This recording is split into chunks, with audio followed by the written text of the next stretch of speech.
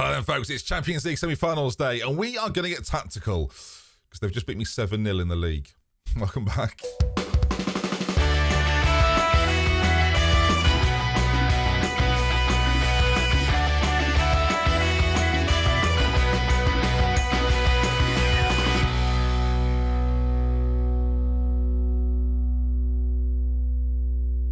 So hello folks, welcome back to Glory Hunt with me, DoctorBenjy FM. 4 episodes this week, kicking off with this one, and this is the reason why today we're going to try and get a little bit tactical. It did not go well. 7-0 and absolutely destroyed me. The only good bit of news is that Mo Salah is injured. Hey, don't celebrate that. That's horrible, isn't it? Don't do that. But since we last met in the 1-0 win as well, I'll say 1-0 win, 1-0 defeat, penalty win versus Manchester City, a 7-0 defeat to Liverpool, and a 3-1 defeat to Tottenham. So 5th. But this is all a myth now, isn't it? The way the rules work now, you can finish what? You can finish lower than this. This is a lie, isn't it? Because of the new Champions League stuff. This is all wrong, I think. I think it is anyway. It's not clear. Well, the chances of us finishing outside of the top 7 is still very, very unlikely. So I think we're definitely going to be in Europe next year.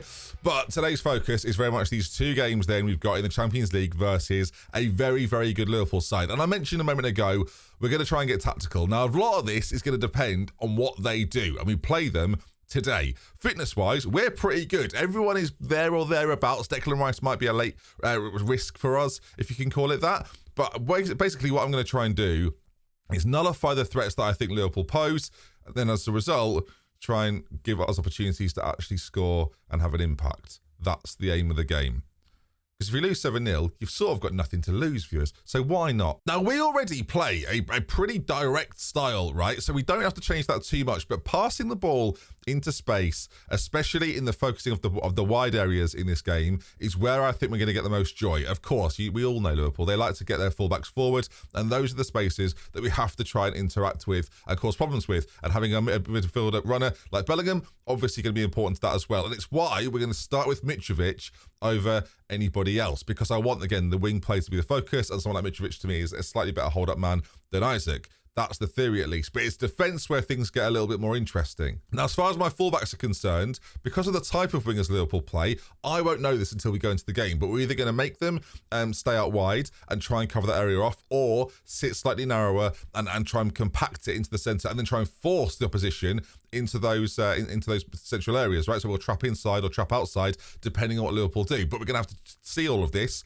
and sort of it will depend on what foot the players are and things like that as we go into the game. And again, trying to use that front three, whichever front three we decide to go with, to try and have the most amount of impact in the game. And that brings us to someone like Dybala or someone like Saint-Maximin. Now, Dybala is a lot slower than Saint-Maximin, and with the idea of us playing into space and pushing forward, we're going to change things up in this wide area. That's why Saint-Maximin's out there. So not the inside forward that we're used to seeing him in, but a winger. Now, of course, the one thing with this is we're going to leave our fullbacks quite exposed. That's one of the big fears that we're going to have. Although very quick and very agile, both Mendy and Baku with that, this player, the defensive midfielder, has to be basically the quickest one we've got. And that is marginally, well, actually I say marginally, we should probably have a little flick through. McAllister slightly quicker, Bellingham even quicker. There is a temptation to, because of the amount of ground he can cover, to play Bellingham in this sort of marshalling role. I would never normally do this. Declan Rice is the other option as well. I would never normally do this, but it just, to me, strikes me as the right idea. Declan Rice is going to come into a central area, and although Jude Bellingham isn't necessarily used to playing there, the work rate and his speed to cover the ground is sort of making up for the fact that on this side of the pitch, we're going to have quite a lot going for us. I mentioned the attacking midfielder of McAllister. That is if we're on top in the game. We're not going to start like that. We're going to start with him as a support role, and these 3 supportive roles, or maybe even Bellingham actually a sort of a more defensive ball-winning role, just to kick things off. Makes a little bit more sense to us. Yes, Declan Rice might be the more obvious choice for this, and I can understand a lot of you going, but you've got Declan Rice. It's the speed that I want, and that's where we're going to try and cover a lot of ground. Our lines and the way that sits, I'm not going to change around too much. But getting the ball out wide when we're in possession, when we're out of possession, staying compact potentially, or again, trying to force them out wide if that's not really what they want to do.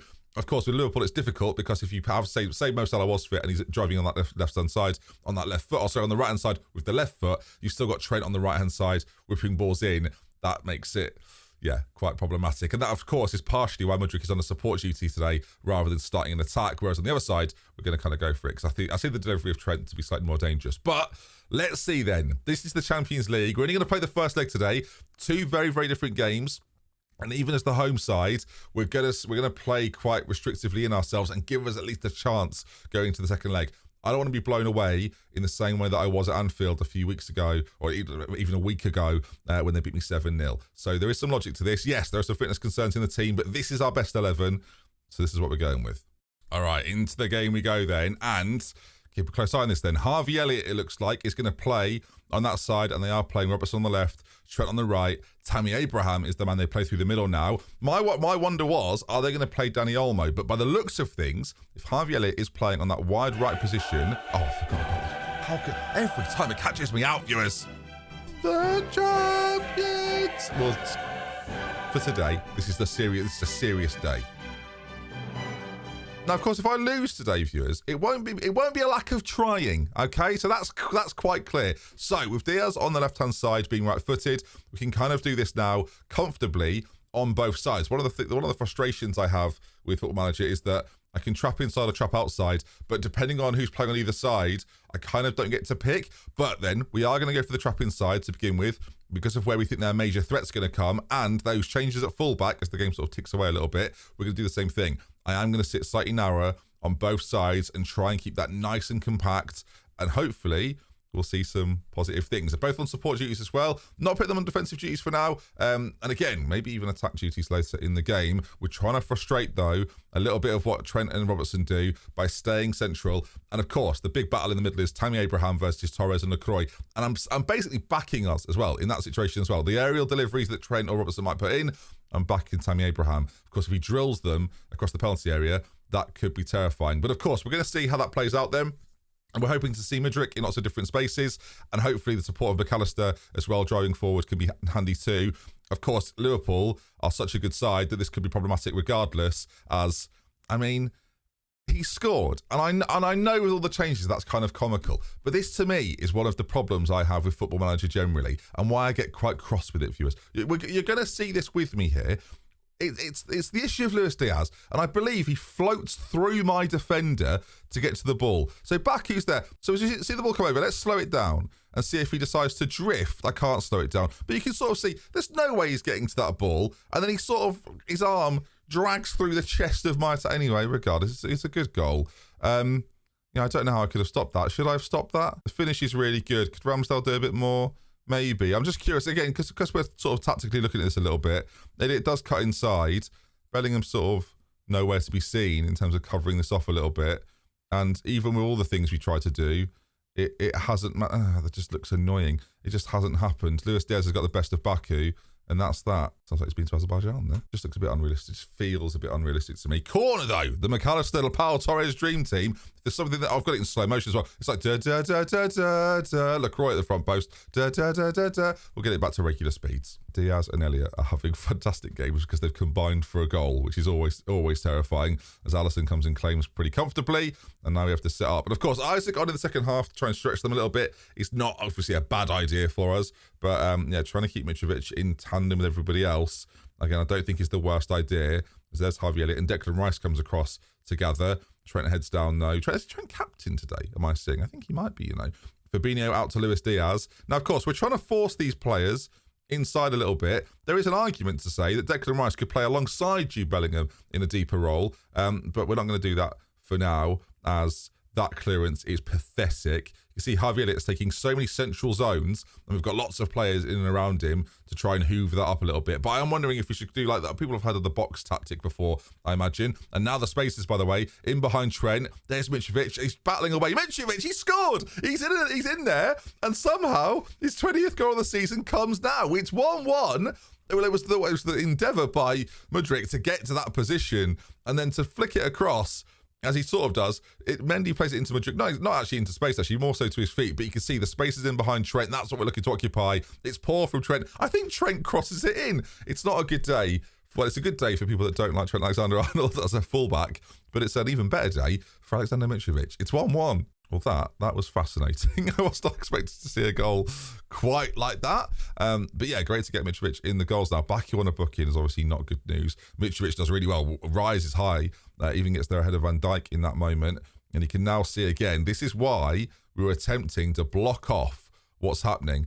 It might be an argument. The thing is, he's already the wrong side of Bellingham. Like, there might be an argument to actually play this. So you have McAllister burst forward as part of attacks to support the midfield, but have Rice and Bellingham now just sort of marshalling and covering. And maybe we actually need to drop our lines a little deeper, so everyone is sort of is slightly deeper set. So when Elliott picks up the ball, like, it's not a terrible idea that we're actually a little deeper. So again, you stop these lines of passes. Of course, you still want to be able to create threats on your own, so we might be able to do that. And again, we can push Bellingham further forward maybe at some stage. But having Rice on the pitch, again, not a bad idea. As Bellingham's touch there, as Fabinho fired it to him, not good at all. Tammy's run through the middle, smashed it in.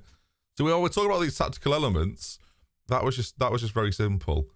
And I do wonder if our line is playing a factor in this. So obviously it's going to change after they've scored this goal, which is annoying. But we are trying to at least identify the problems. You can see here with Tammy. What's he actually playing as, Tammy Abraham? He's playing as a deep lying forward. So yeah, that makes a lot of sense. He's got COL just next to him. He starts in this position, and then the timing of the run is basically everything, right? You've got these two players here. Bellingham, again, maybe it's an argument that we shouldn't have played him there. Potentially, would any midfielder be a little bit deeper? I don't know. He's on the defensive duty, don't forget. And the ball played through is fantastic. The first touch from Tammy is brilliant. Like, some players in Football Manager just wouldn't be able to do that. Tammy Abraham, though, is one of those guys. We're still going to make those changes then again. Drop a little deeper. Again, hopefully suffocate Tammy Abraham a little bit more in those central areas. But now he's got his goal, I'm sure he'll be playing slightly better. 2-1 down, though. It's better than 7-0. I mean, that's the one thing I'll take from it so far. And XG-wise, despite all the chances Liverpool have had, we're actually on top. Of course, our goal was pretty close range. But actually, it speaks more to the fact that Liverpool's isn't great. Now, there's this one time I'm going to say, avenge what happened last time against them, because it was quite an obvious thing that happened. But we'll keeping an eye on what happens. Of course, how we then adapt in the second game, whether a player like Dybala in his craft would be slightly more useful. And actually, with the way that St. Maximin's playing, we're not seeing huge amounts from him so far. 6.4 just suggests he's not been on the ball a lot. It might be worth trying to change up his role slightly as well. What we might do, obviously we've got him in that really attacking role right now. Luis Diaz is having his way with us. He's flicked it across to Harvey Elliott. I think that's onside. If that's a goal, Luis Diaz has just made a mockery of Baku. And yeah, we'll see. Will they raise their arms, viewers, to symbolise a goal? They will. Let's watch that replay, because I was talking about other things and Luis Diaz has just run rings around us. Andy Robertson plays it just in behind. And then Baku here in this position, he's got the help of Lacroix. He's got Bellingham inside. And Luis Diaz just doesn't care about any of that. Just knocks it forward, slots it across. No one marking Harvey Elliott at the back post. I don't know. I feel like a lot of the tactical things I've done should help prevent all of those things. They really haven't. So I'm pleased that we've cared this much about it, viewers. I think some changes. I think, again, 3-1 down. I can't really sit and try and defend this much longer. I think we go for the Bellingham attack role as we're used to playing a little bit. And I thought, again, because of the beating I took before, it's probably worth it. I'm going to move St. Maximin slightly deeper. Again, his dribbling ability is really good. I make Mudryk the point of attack now as well. Again, try and exploit that space in behind Trent. We've seen us do that quite often. Not pass into space quite as much, but up the tempo a little bit and see how we go. It's been a frustrating one because, again, the goals they've scored have looked pretty easy for them. And Luis Diaz has had like an unbelievable game. Like he's been really very good. Anyway, game on then. Trent up on that right hand side. Harvey Elliott's taking up some really interesting positions, almost like an advanced playmaker out on this side, opposed to like an inside forward or a winger. You can see again the way he's just like settling in. He's almost like a false nine, offset on that right hand side. Loads and loads of problems. Played in again. He's got another goal. What is he playing as? I'm kind of curious now. It does just say inside forward. Like it's quite a simple idea. They're playing the Mazzala overlapping Diaz on that left hand side, but Harvey Elliott and Diaz, the two men I'm trying to prevent and couldn't prevent, by the way, last time we played them. This was part of the problem. In fact, Salah played a part in the first game as well, but now injured, of course. But Diaz, continually a problem. And it's the fear of him now that will be in the head of Baku. The job now to try and win the Champions League from this position, 4-1 down at home against the Liverpool side, by the way, that are making this look incredibly easy. Like, could be, this is a bit scary now. Another goal, and you never know. But since when have a team come back from 3 goals at Anfield?